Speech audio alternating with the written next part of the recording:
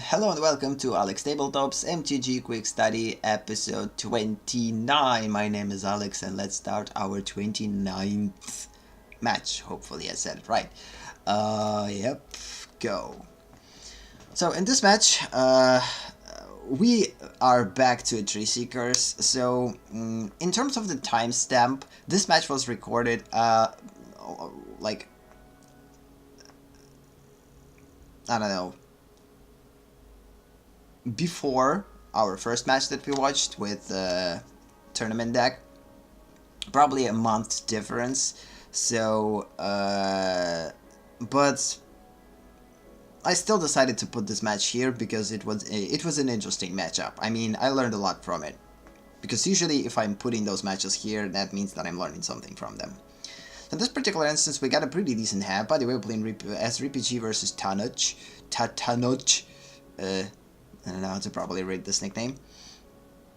So we have quite a good early play. We have a lot of defenders, which is pretty cool. Well, Wall of Vines will help us to protect ourselves against a certain amount of creatures. Vanguard is pretty annoying. I mean, opponent will be able to pay a life to actually preserve it from dying. But it's still... we still have a decent beginning. I mean, we have Steel Leaf Champion, which is a good thing. It's a pretty decent attacker, which we'll be able to play next turn. So in 2 turns, we would be able to put 3 creatures in play. One of them will continue to grow each time that creature with the bigger strength will enter the battlefield, which is Spell Collector, will continue to grow. Wall of Vines will give us a blocks against like semi-small avatars, or what? Vampires? Avatars. Yeah. Well, game is progressing. Quick reminder that MTG Quick Study is a series of one-match episodes that focuses on learning from my own matches by rewatching and trying to analyze them. Oh no. Dusk Apostle.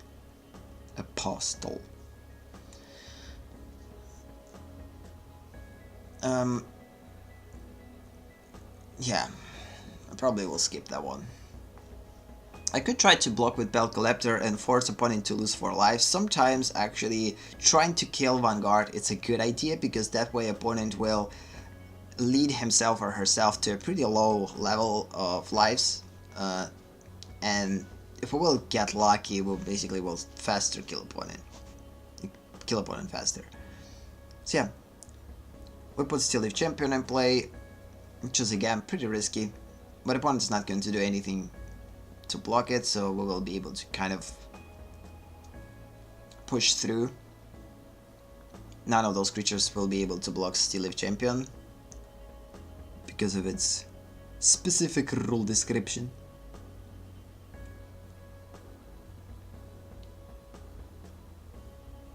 Yeah, 5 damage is a lot, so I decided to sacrifice one of the Wall of Vines. Why not? Venus. I don't know, maybe not Wines, maybe Venus. I might read things wrong. Again, English is not my native language, so...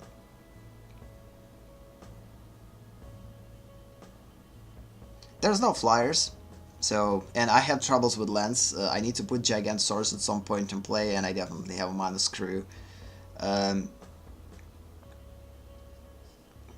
We should get land at this point. Opponent doesn't get lucky with lands either. So we're both playing with 3 lands, so the game is relatively slow in progression. Yeah. Legion Lieutenant is basically kind of a bummer at this point, because I knew that of course it would come at some point into play, but having it in a battlefield, right, like it basically changes the strategy a little bit. So here I will probably... That was, by the way, a mistake for the opponent. I guess opponent wanted to make bigger 2/2 with lifelink, and instead... Yeah, that was probably a mistake. That way we would lose range interrupters. Okay, so we will get a land. I probably will search for a green, just because I'm hoping to get a Fiery Cannonade and kill all of them. But ideally, of course, in order to put Gigantosaurus, ideally I should actually take if I would take a forest, we would already play Gigantosaurus. So this is where sometimes you not necessarily will make a misplay, but you will decide to risk by taking a different type of land. And I probably should focus on actually taking a forest to play Gigantosaurus. That way we would already play it. But I'm still hoping that we still have a chance. I mean, even if opponent will place his second Legion Lieutenant, we still have a chance. Snap. Here we are. Yeah, it's pretty bad. It's pretty bad. So it's all about making right decisions. I don't believe that Gigantosaurus would be that big of a threat for the opponent though, but it might stop opponent from at least attacking with certain amount of creatures. I mean, opponent would probably stop attacking overall. So here I will definitely going to search for a forest in play Gigantosaurus next turn, but it's not going to be enough, which is a problem. Because we're going to lose Allosaurus, we're going to lose Raptor, we're going to basically stay with only 2 creatures. Yes, Pelt Collector will grow stronger, will become 5/5 eventually. No? Why just 4/4? We'll lose both creatures? Okay, at least I guess it works a little bit differently. Here I totally don't know. I mean, kind of definitely not going to play Harpooner, like probably Gigantosaurus seems better idea. Again, if I would play Gigantosaurus a little bit earlier, it would be a little bit smarter.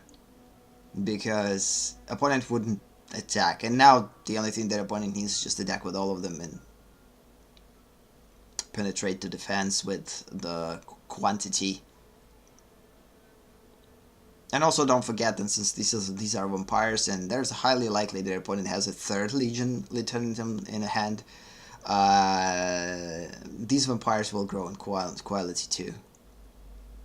Okay, this is not a good thing.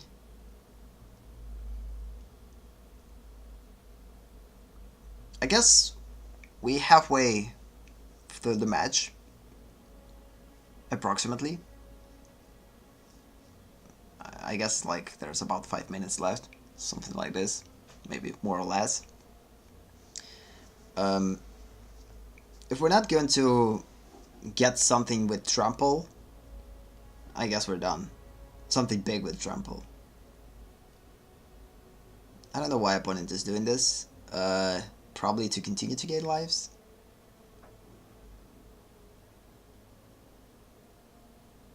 Because we're not going to attack, and this is the only way how opponent will continue to gain life. So here we're now in disadvantage. Of course, now I'm playing Harpooner to kill 4/4 because we don't have any flyer blockers and we need those. This is the only reason why I'm not playing Tyrant to Tyrant.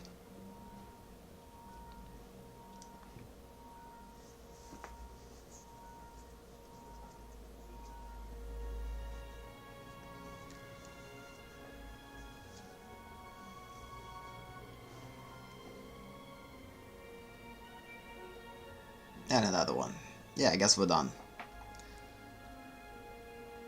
I mean, we don't have card advantage. I still believe there was like one turn that was decisive one, and I made a wrong decision by taking a mountain.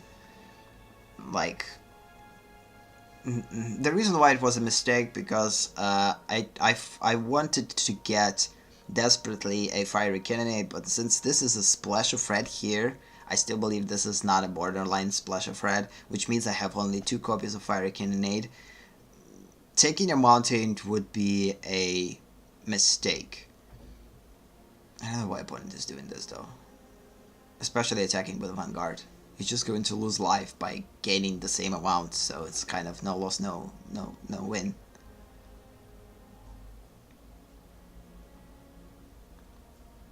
He's just going to lose additional creature. Of course, we desperately would need a fiery cannonade, like 3 or 4 turns ago to basically wipe out half of the vampires.